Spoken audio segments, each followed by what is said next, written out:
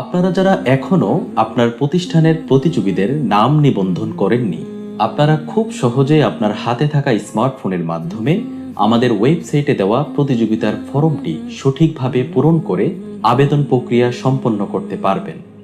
প্রথমে আমরা আমাদের মোবাইল ফোনের গুগলে চলে যাব। সেখানে গিয়ে ইংরেজিতে টাইপ করব হুফফাজুল কোরআন ফাউন্ডেশন বাংলাদেশ লিখে। সার্চ করার পর প্রথমে আমাদের ওয়েবসাইটের ঠিকানাটি চলে আসবে। সেখানে আমরা ক্লিক করব। ওয়েবসাইটের ভিতরে আসার পর আমরা একটু স্ক্রল করার মাধ্যমে নিচের দিকে চলে যাব।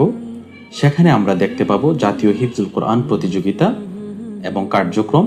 সেখানে সবুজ একটি বাটনের মধ্যে প্রতিযোগিতার আবেদন দেওয়া আছে, সেটাতে আমরা ক্লিক করব। আমাদের সামনে প্রতিযোগিতার ফর্মটি চলে এসেছে।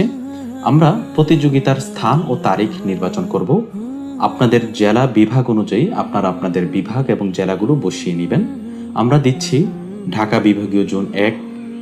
জেলা দিচ্ছি সাধারণত লালবাগ জোন জেলার মর্যাদা পেয়েছে, আমরা লালবাগ জোন বাছাই করব। থানা বাছাই করব লালবাগ।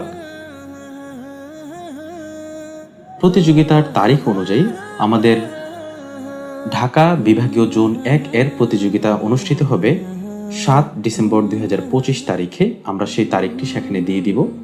মাদ্রাসার তথ্য আমরা উদাহরণস্বরূপ হুফফাজুল কোরআন ফাউন্ডেশনের মাদ্রাসা সিরাতুল মুস্তাকিম এর একজন প্রতিযোগীর নাম নিবন্ধন করব।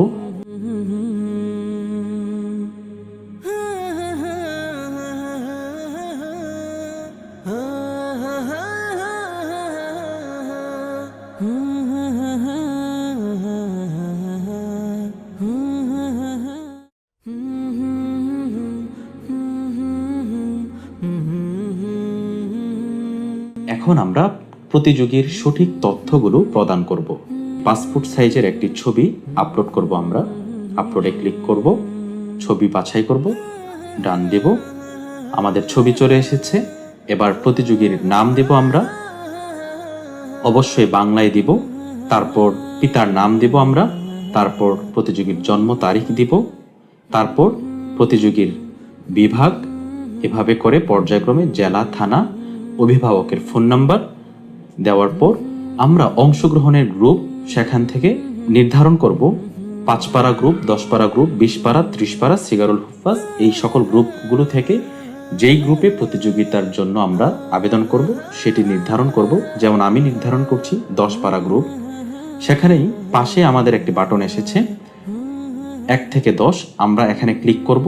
ক্লিক করে আমি আমার পছন্দ অনুযায়ী পারা বাছাই করে নিতে পারবো। আমি 21 থেকে 30 দিলাম। এভাবে করে আবেদন করুন।